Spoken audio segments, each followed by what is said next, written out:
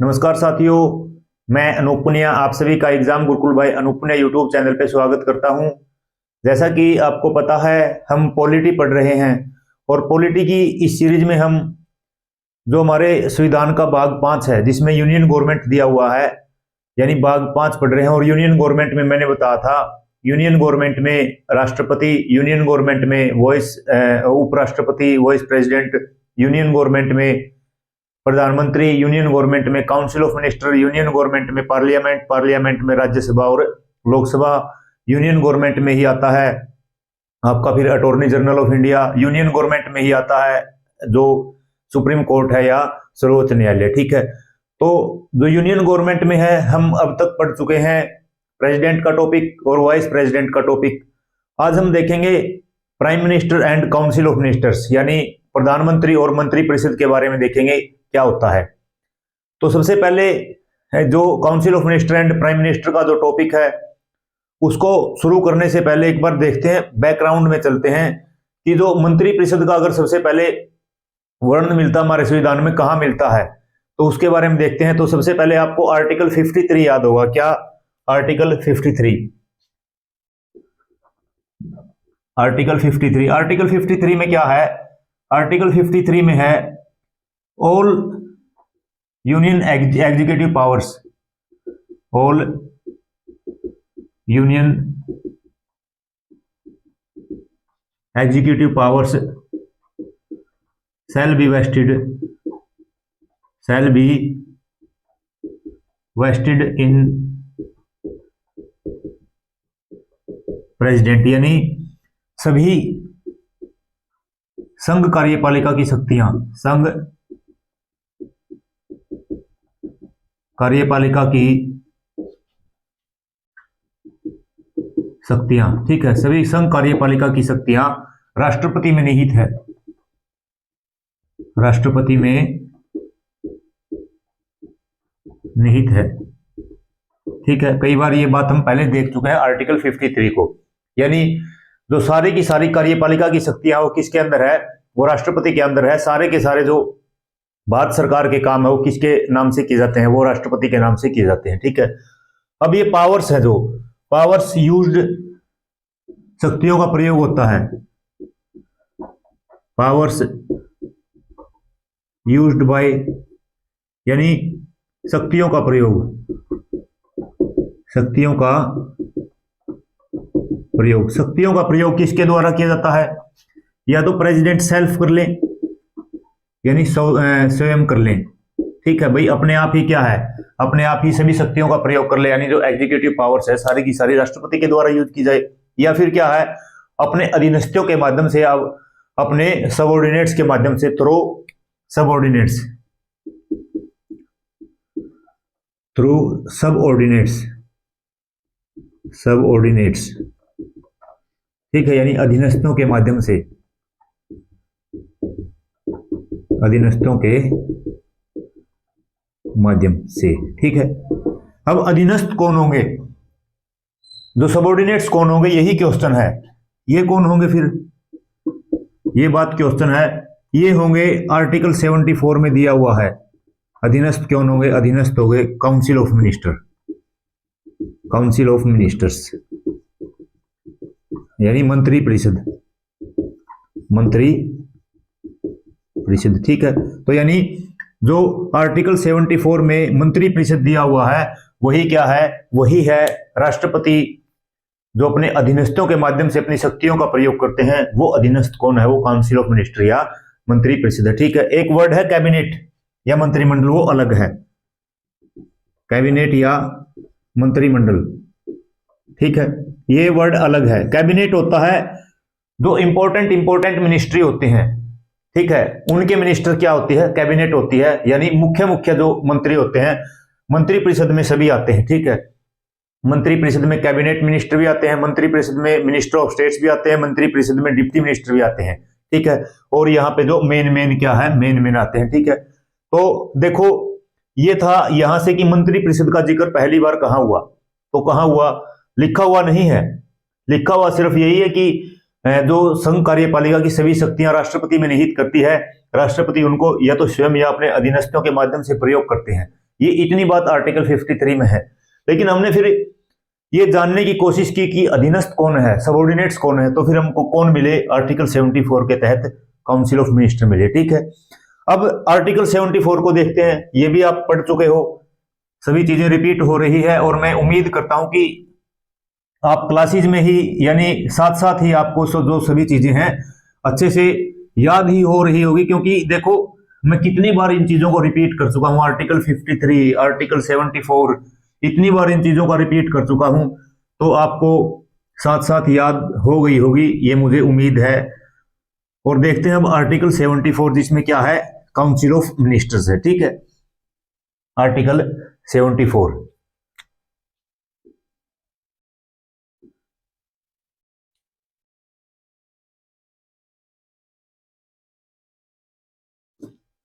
Article 74, ठीक है। Article 74 में अगर देखें तो आर्टिकल 74 में है there shall be a council of minister. क्या, मैं पूरा नहीं लिखूंगा, council of ministers to aid and advise the president, to aid and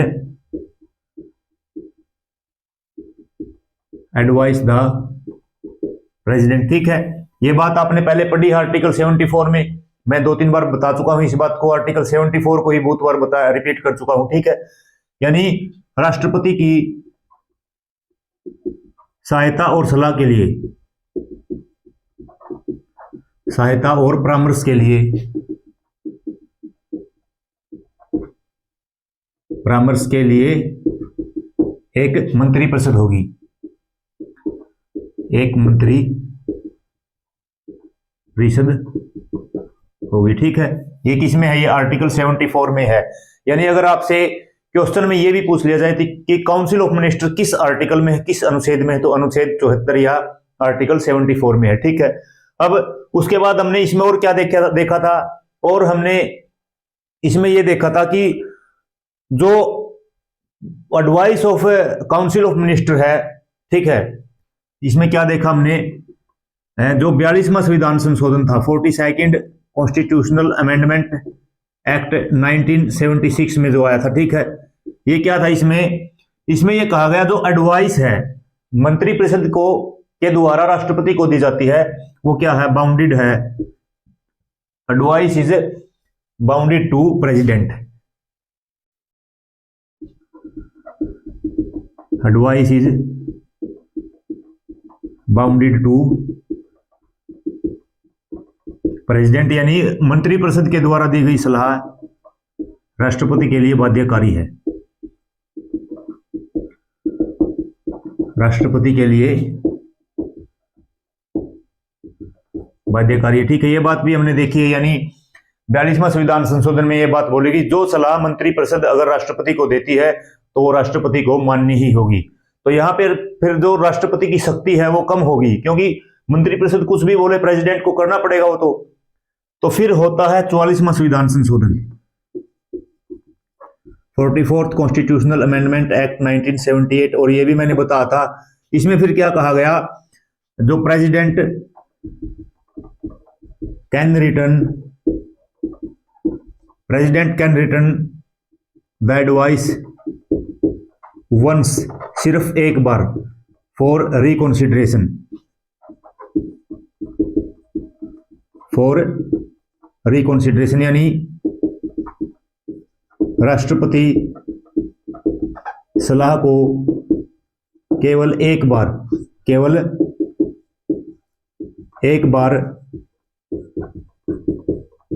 पुनर्विचार के लिए वापिस भेज सकते हैं, ठीक है। तो 44वां संविधान संशोधन में फिर राष्ट्रपति को क्या किया, इनकी ये डिस्क्रेशनरी पावर के ऊपर छोड़ दिया कि आप एक बार अगर मंत्रिपरिषद ने जो सलाह दी है उसको वापिस भेज सकते हो पुनर्विचार के लिए, ठीक है। वो आगे आपको पता है, अगर पुनर्विचार के बाद चाहे उसमें संशोधन हो चाहे उसमें संशोधन ना हो, अगर वो राष्ट्रपति के पास पुनर्विचार के बाद आती है, फिर उसके बाद राष्ट्रपति को जो सलाह मानने के लिए बाध्य किया जाता है, या राष्ट्रपति सलाह मानने के लिए बाध्य होते हैं, ठीक है। तो ये बात थी आर्टिकल 74 में, यानी जो काउंसिल ऑफ मिनिस्टर है वो क्या है, आर्टिकल 74 में, ठीक है। अब उसके बाद देखो आर्टिकल 74 के बाद है आर्टिकल 75। आर्टिकल 75 में है जो प्रधानमंत्री है, अपॉइंटमेंट ऑफ पीएम है एंड अदर मिनिस्टर्स है। तो आर्टिकल 75 भी देखते हैं, ये भी हम पहले पढ़ चुके हैं जब हमने राष्ट्रपति की शक्तियां पढ़ी थी, तो उसमें भी ये चीजें हमने सारी की सारी पढ़ी हुई है, क्योंकि सभी की सभी जो शक्तियां हैं वो राष्ट्रपति की है, ठीक है। तो अब देखते हैं आर्टिकल 74। आर्टिकल 74 में है जो प्राइम मिनिस्टर है वो प्रेसिडेंट के द्वारा अपॉइंट किए जाएंगे, ठीक है।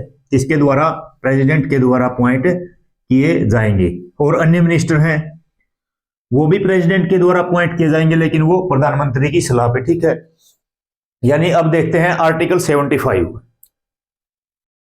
आर्टिकल 75, ठीक है। मंत्रिपरिषद देख लिया हमने कहां पे है, आर्टिकल 74 में है। अब देखते हैं प्राइम मिनिस्टर। तो क्या है, प्रेसिडेंट अपॉइंट्स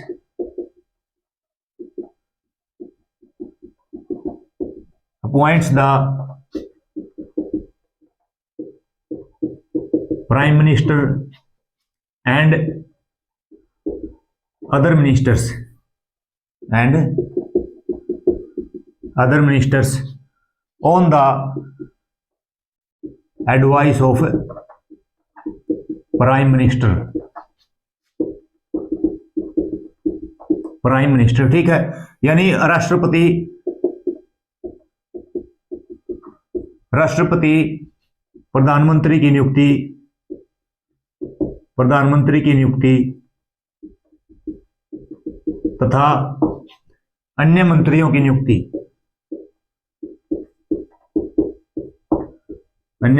की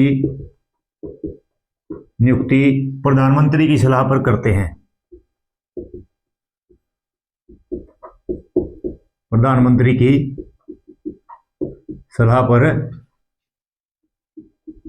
करते हैं, ठीक है। यानी जो अपॉइंट किया जाता है प्रधानमंत्री, किसके द्वारा नियुक्त किया जाता है, वो देखो अपॉइंट किया जाता है यहां पे, यानी जो लोकसभा में मेजोरिटी पार्टी होती है, बहुमत दल होता है, उसका लीडर होता है, जो उसको क्या किया जाता है, अपॉइंट किया जाता है, यानी नियुक्त किया जाता है। और अन्य जो मंत्री है उनको भी राष्ट्रपति के द्वारा अपॉइंट किया जाता है, किसकी सलाह पे, प्रधानमंत्री की सलाह पे, ठीक है। देखो अपॉइंट जो अन्य मंत्री हैं वो अपॉइंट किए जाते हैं राष्ट्रपति के द्वारा, लेकिन उनको विभाग दिए जाते हैं प्रधानमंत्री के द्वारा। जो पोर्टफोलियो होता है वो अलॉट किए जाते हैं किसके द्वारा, जो प्रधानमंत्री के द्वारा, क्योंकि वो अपनी सहूलियत से, अपने जो हिसाब से उनको जो सरकार है वो कैसे चलानी है, तो जो पोर्टफोलियो यानी विभाग अलॉट किए जाते हैं मंत्रियों को प्रधानमंत्री के द्वारा, लेकिन मंत्री हैं जो प्रधानमंत्री की सलाह पे राष्ट्रपति के द्वारा नियुक्त किए जाते हैं, ठीक है। अब देखते हैं पीएम कौन है। अब देखो यहां तो प्रधानमंत्री तो है जो नियुक्त करेंगे, ये बात तो पता लग गई हमको, राष्ट्रपति के द्वारा नियुक्त किया जाएगा। तो पीएम कौन होगा, ठीक है, कौन होगा पीएम, तो पीएम होगा leader of majority party, PM प्रधानमंत्री, ठीक है। प्राइम मिनिस्टर, पीएम लिख रहा हूं मैं शॉर्ट में। ये क्या होंगे, ये या तो होंगे leader of majority party majority party, यानी लोकसभा में बहुमत दल के नेता या बहुमत दल के नेता, ठीक है। जो बहुमत दल होगा लोकसभा में के इलेक्शन में जो पार्टी बहुमत प्राप्त करती है, उस पार्टी के जो लीडर होंगे वो क्या किए जाएंगे, राष्ट्रपति के द्वारा अपॉइंट किए जाएंगे, या फिर और, ठीक है, या कौन, if no party gets majority, यानी किसी दल को बहुमत न मिलने पर, किसी दल को बहुमत न मिलने पर, किसी दल को बहुमत न मिलने पर प्रेसिडेंट है जो राष्ट्रपति है अपॉइंट करते हैं, appoints the PM from largest party, from largest party यानी राष्ट्रपति सबसे बड़े दल जो सबसे ज्यादा सीट प्राप्त करता है, बहुमत नहीं मिला हो तो सबसे बड़े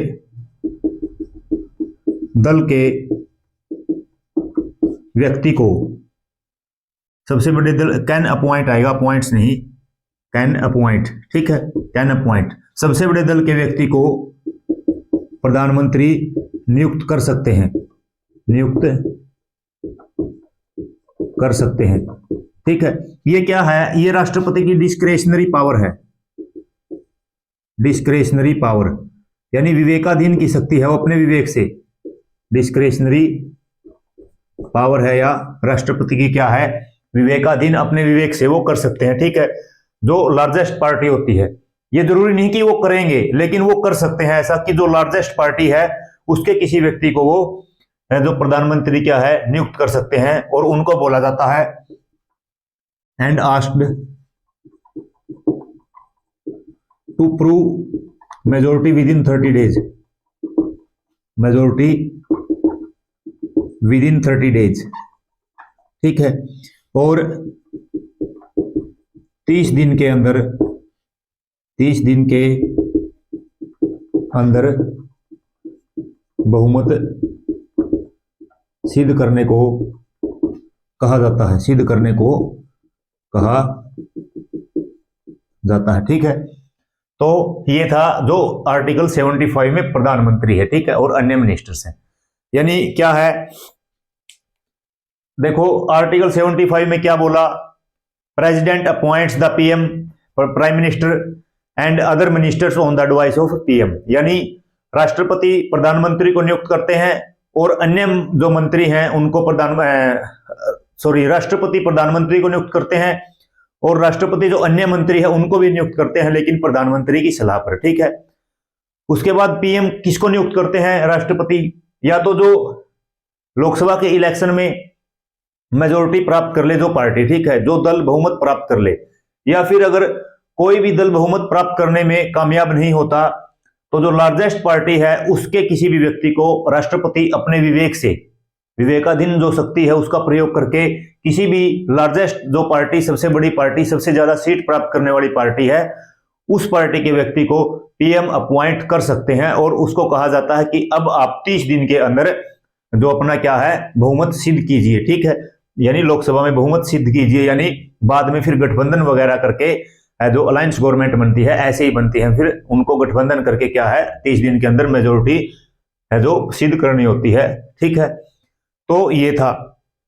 अब देखो क्या ऐसा हुआ है कभी कि कोई पार्टी बहुमत में ना हो, या फिर मतलब जो किसी भी व्यक्ति को राष्ट्रपति ने अपने विवेक से पीएम अपॉइंट किया हो, तो ऐसा हमारे जो देश में 2 बार हुआ है। सबसे पहले तो बात है 1979 की, 1979 की, जो प्रेसिडेंट थे हमारे कौन, नीलम संजीव रेड्डी, नीलम संजीवा रेड्डी, ठीक है। नीलम संजीवा रेड्डी क्या थे, हमारे जो प्रेसिडेंट थे, और इन्होंने पीएम अपॉइंट किए थे, किसको पीएम अपॉइंट किया था, इन्होंने पीएम अपॉइंट किया था किसको, चौधरी चरण सिंह को, चौधरी चरण सिंह को क्या किया था, पीएम अपॉइंट किया था, ठीक है। पहली बार तो ये हुआ, और जो दूसरी बार हुआ था,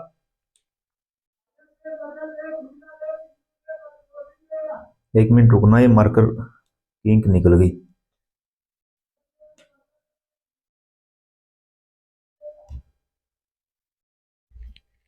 एक मिनट, ठीक है। और दूसरी बार कब हुआ, दूसरी बार हुआ जब ये बात है 1984 की, हमारे प्रेसिडेंट हुआ करते थे ज्ञानी जैल सिंह जी, प्रेसिडेंट कौन थे, ज्ञानी जैल सिंह, और जो हमारी पीएम थी श्रीमती इंदिरा गांधी जी, इंदिरा गांधी जी, उनकी क्या हो गई थी, डेथ हो गई थी, तो फिर प्रेसिडेंट ने किसको पीएम अपॉइंट किया था, श्री राजीव गांधी जी को पीएम अपॉइंट किया था, ठीक है, अपने विवेक से। तो ये क्या है, ये एग्जाम्पल है किस चीज का, कि राष्ट्रपति ने अपने विवेक से जब जो प्रधानमंत्री है उसको क्या किया हो, उनको अपॉइंट किया हो। ठीक है, ये बातें हैं। अब उसके बाद देखते हैं फिर जो ओथ है जो प्रधानमंत्री को और अन्य मिनिस्टर्स को किसके द्वारा, कौन उसको एडमिनिस्टर करता है। तो जो ओथ है वो एडमिनिस्टर की जाती है किसके द्वारा, जो प्रेसिडेंट या राष्ट्रपति के द्वारा। ठीक है, इंक जम जाती है इसके ऊपर सर्दी में। सभी चीजें नोट जरूर करना आप, इतनी आसान लैंग्वेज में बाइलिंगुअल में नोट करवा रहा हूं। कोई अगर मान लो हिंदी में कंफर्टेबल है तो हिंदी में नोट कर सकता है, या मैं आपको यही सलाह देता हूं कि साथ साथ दोनों लैंग्वेज में क्या कीजिए, इसको नोट कीजिए, ताकि आप अगर इंग्लिश के बच्चे हो तो हिंदी के बच्चे हो तो आप इंग्लिश में भी थोड़ा सा कॉन्फिडेंस फील करें, क्योंकि ऐसे धीरे धीरे अगर शुरुआत करोगे तो आप इंग्लिश में अच्छे हो सकते हो। नो डाउट, इसमें कोई दो राय नहीं है कि आप इंग्लिश अच्छी नहीं होगी, ऐसे ही आप एक बार स्टार्ट कीजिए इंग्लिश में। ठीक है, अब है ओथ। ओथ किसके द्वारा दिलाई जाती है, यानी शपथ किसके द्वारा दिलाई जाती है। तो शपथ दिलाई जाती है बाय प्रेसिडेंट, राष्ट्रपति के द्वारा। ठीक है, आपको पता ही है जब हमारे देश के प्रधानमंत्री शपथ लेते हैं और प्रधानमंत्री के साथ जो अन्य मंत्री शपथ लेते हैं तो कितना बड़ा प्रोग्राम किया जाता है। तो इसीलिए क्या है, मतलब जो शपथ है प्रधानमंत्री को किससे, कौन दिलाता है, राष्ट्रपति दिलाते हैं। ठीक है, उसके बाद देखो जो पीएम है और जो अन्य मिनिस्टर्स हैं, PM and other ministers, PM and other ministers यानी प्रधानमंत्री तथा अन्य मंत्री, ठीक है। प्रधानमंत्री तथा अन्य मंत्री वो क्या है, वो संसद के किसी भी हाउस के सदस्य होने जरूरी है। ठीक है, यानी should be the member of either house of parliament, the member of either house of the parliament, either house of parliament. ठीक है, यानी संसद के किसी एक सदन के सदस्य होने चाहिए। ठीक है, अगर इफ, देखो आगे क्या है, इफ नोट, अगर नहीं है, अगर सदस्य नहीं है, then should become the member within 6 month, यानी अगर नहीं है सदस्य जो संसद के, तो क्या है, 6 महीने के अंदर। ठीक है, यानी 6 माह के अंदर सदस्य बनना जरूरी होगा, सदस्य बनना जरूरी। ठीक है, 6 माह के अंदर सदस्य बनना क्या है, जरूरी है। ठीक है, यानी अगर 6 माह के बाद भी अगर वो सदस्य नहीं बनते हैं तो फिर क्या है, उनका जो मिनिस्टर है या जो प्रधानमंत्री है क्या है, वो फिर नहीं रहेंगे। ठीक है, अगर 6 माह में वो 6 माह के अंदर सदस्य नहीं बनते हैं तो। ठीक है, तो ये बात थी। अब देखो जो पीएम है वो मैंने बता ही दिया, लार्जेस्ट पार्टी के होते हैं, यानी जो लार्जेस्ट पार्टी होती है, सॉरी जो मेजोरिटी पार्टी होती है उसके होते हैं। अब देखो यहाँ पे पीएम और प्रधानमंत्री भी क्या है, किसी भी सदन के सदस्य हो सकते हैं, वो राज्यसभा के भी हो सकते हैं, वो लोकसभा के भी हो सकते हैं, लेकिन जो ब्रिटेन है वहां पे ऐसा नहीं है, क्योंकि एक थोड़ा सा देख लेते हैं ब्रिटेन में भी क्या है, क्योंकि हमने जो पार्लियामेंट्री सिस्टम है वो ब्रिटेन से लिया है, जो संसदीय प्रणाली हमने ब्रिटेन के संविधान से लिया है, ब्रिटेन के संविधान से प्रेरित है। ठीक है, तो अगर ब्रिटेन में बात करें, नोट कर लेना, ब्रिटेन में जो पीएम या प्रधानमंत्री होते हैं वो होते हैं member of lower house, member of lower house, यानी निम्न सदन के सदस्य होते हैं वहां पे। हमारे यहाँ निम्न सदन कौन सा है, लोकसभा, निम्न सदन के सदस्य, और निम्न सदन वहां पे कौन सा है, वहां पे निम्न सदन होता है हाउस ऑफ कॉमन्स, ठीक, हाउस ऑफ कॉमन्स। जो अपर सदन वहां पे होता है हाउस ऑफ लॉर्ड्स, ठीक है।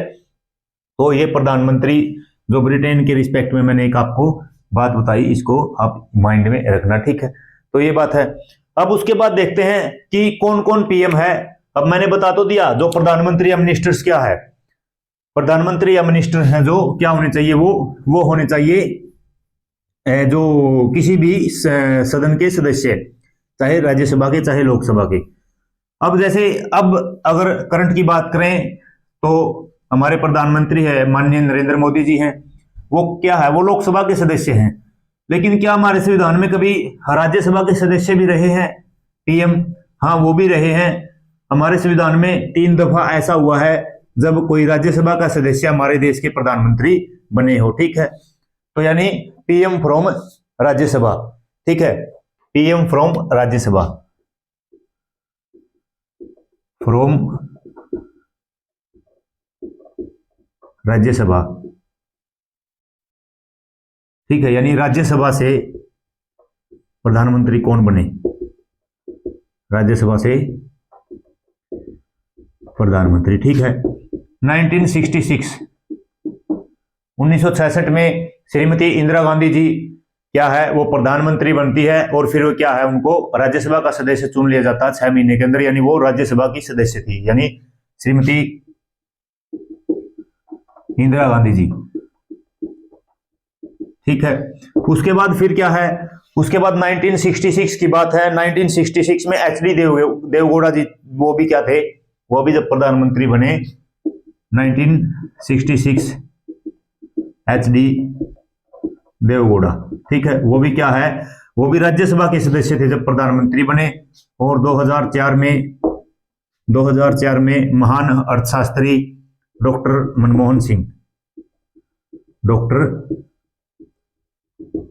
मनमोहन सिंह भी क्या है, जब हमारे देश के प्रधानमंत्री बने तो वो भी राज्यसभा के सदस्य थे, ठीक है। अब देखो, देख लिया हमने कि जो प्रधानमंत्री है वो कैसे अपॉइंट किए जाते हैं, मंत्री कैसे अपॉइंट किए जाते हैं, किसकी सलाह पे, प्रधानमंत्री की सलाह पे, ठीक है, ये चीजें देखी। अब हम उसके बाद देखते हैं जो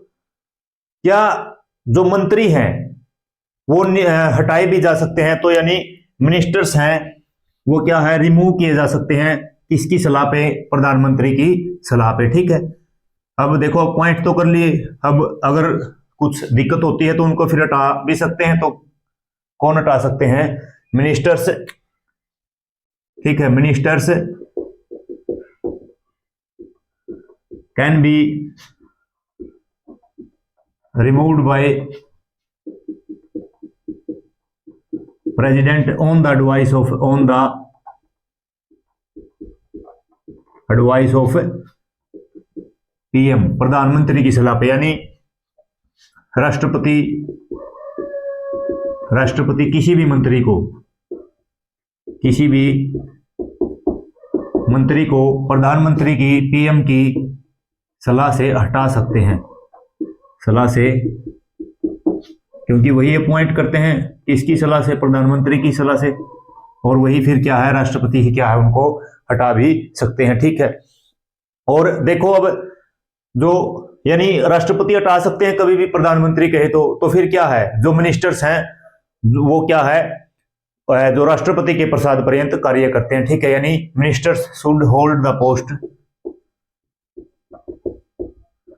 ministers should hold the office, post नहीं, office during the pleasure of president, pleasure of president, यानी जो मंत्री राष्ट्रपति के प्रसाद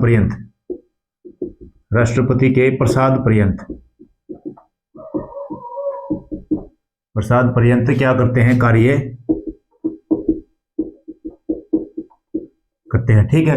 यानी जब तक राष्ट्रपति चाहता है तब तक वो क्या करते हैं, कार्य करते हैं। और जो जनरली राष्ट्रपति जो मंत्रिपरिषद का और जो प्रधानमंत्री का कार्यकाल होता है, टेन्योर होता है, यानी कार्यकाल होता है, कार्यकाल होता है कितना होता है जनरली, अगर सामान्यतः बात करें generally 5 years, but not fixed, fix नहीं है। क्यों? क्योंकि जो राष्ट्रपति है वो कभी भी क्या कर सकते हैं, मंत्रिपरिषद को भंग कर सकते हैं, ठीक है, मंत्रिपरिषद को क्या कर सकते हैं, भंग कर सकते हैं, ठीक है। अब साइज ऑफ जो काउंसिल ऑफ मिनिस्टर क्या होगा, ठीक है, यहां देख लेते हैं size of council of minister, size of council of minister, यानी मंत्रिपरिषद का आकार क्या होगा, मंत्रिपरिषद का आकार, यानी कितने मंत्री बना सकते हैं मंत्रिपरिषद का आकार, ये होगा 15% of total member of Lok Sabha, total member of Lok Sabha, ठीक है, यानी लोकसभा के कुल सदस्यों का 15% को, लोकसभा के कुल सदस्यों का 15%, ठीक है। और इसमें क्या है, पीएम इंक्लूडेड होते हैं, पीएम क्या है, इंक्लूडेड, 15% में प्रधानमंत्री भी होते हैं, ठीक है। और अगर आप हमारी लोकसभा की बात करोगे तो लगभग 82 ये 15% निकल के आता है, ठीक है, यानी 82 मंत्री क्या है, 82 मंत्रियों को राष्ट्रपति द्वारा शपथ दिलाई जा सकती है। मैक्सिमम 15% किसके, टोटल मेंबर ऑफ लोकसभा। ये क्वेश्चन बहुत बार पूछा जा चुका है और बहुत से बच्चे क्या करते हैं, इसमें गलत करके आते हैं, ठीक है। और जो सैलरी एंड अलाउंसेज है पीएम की और काउंसिल ऑफ मिनिस्टर की, सैलरी एंड अलाउंसेज यानी वेतन और भत्ते, वेतन एवं भत्ते क्या है, डिटरमाइंड बाय पार्लियामेंट, राज्य जो डिटरमाइंड बाय पार्लियामेंट, ठीक है, यानी संसद द्वारा तय किए जाते हैं, संसद द्वारा तय किए जाते हैं, ठीक है, संसद द्वारा तय किए जाते हैं, ठीक है। तो एक टॉपिक और बचता है काउंसिल ऑफ मिनिस्टर्स में, थोड़ा सा लंबी क्लास चली जाएगी, इसलिए इस क्लास में हम यहीं तक रखते हैं। अब बचा हुआ है जो काउंसिल ऑफ मिनिस्टर में और जो प्रधानमंत्री का टॉपिक है उसमें, एक तो कलेक्टिव रिस्पॉन्सिबिलिटी, जो मंत्रिपरिषद की सामूहिक उत्तरदायित्व है वो आर्टिकल 75 में ही दिया हुआ है, उसके बारे में हम पढ़ेंगे। और उसके बाद जो टाइप ऑफ मिनिस्टर्स हैं, जैसे कैबिनेट मिनिस्टर अलग है, मिनिस्टर ऑफ स्टेट अलग है, राज्य मंत्री, और डिप्टी मिनिस्टर अलग है, क्या जो पार्लियामेंट्री सेक्रेटरी होते हैं वो अलग है, उनके बारे में देखेंगे। और अगली ही क्लास में हम अटॉर्नी जनरल ऑफ इंडिया भी देखेंगे, AG attorney general of India, article 76 में अटॉर्नी जनरल ऑफ इंडिया, ठीक है। यानी काउंसिल ऑफ मिनिस्टर और जो प्राइम मिनिस्टर है, इस टॉपिक को अगली क्लास में खत्म करेंगे और अगली उसी क्लास में हम अटॉर्नी जनरल ऑफ इंडिया भी देखेंगे, ठीक है। उम्मीद करता हूं सभी चीजें आपको अच्छे तरीके से समझ में आ रही होंगी और सभी चीजों को आपको मैं एक बार फिर से ये सुजेस्ट करता हूं कि नोट जरूर करना, अपने क्लास नोट्स अच्छे से तैयार करो, क्योंकि क्लास नोट्स हैं जो एग्जाम से पहले रिवीजन के लिए बहुत अच्छे से काम आते हैं और इनको अभी नोट करके रिवाइज जरूर करते रहना। साथ में जैसे संडे वगैरह को हमारी क्लासेज नहीं होती तो आप इनको आराम से रिवाइज कर सकते हो और धीरे धीरे चल रहे हैं, ताकि आप आराम से तसल्ली से बिल्कुल एक टॉपिक पढ़ा, एक क्लास में जितना पढ़ा उसको 2-3 बार रिवाइज करते रहें, ताकि इसलिए हम धीरे धीरे चल रहे हैं और जो आपका पॉलिटी का सब्जेक्ट है बहुत अच्छा होता चले जाए। और अन्य सब्जेक्ट्स की भी क्लास हम अपने चैनल के ऊपर लेके आएंगे, आप हमसे जुड़े जरूर रहना अच्छी तैयारी के लिए, क्वालिटी कंटेंट के लिए। अगर आप हमारे चैनल पे फर्स्ट टाइम विजिट कर रहे हो तो चैनल को सब्सक्राइब करना, लाइक करना, वीडियो को शेयर जरूर करना और कमेंट में बताना जो पॉलिटी की सीरीज चली हुई है उसके बारे में आपकी क्या राय है, और जो आज की क्लास है प्रधानमंत्री ऑफ काउंसिल ऑफ मिनिस्टर के बारे में, उसके बारे में आपकी क्या राय है, ये क्लास आपको कैसी लगी। और इसी के साथ ही आप इस चैनल पे जुड़े हुए हैं, इस चैनल पे अपना सहयोग और प्यार दे रहे हो, उसके लिए आप सभी का बहुत बहुत धन्यवाद। Thank you. जय हिंद, जय भारत।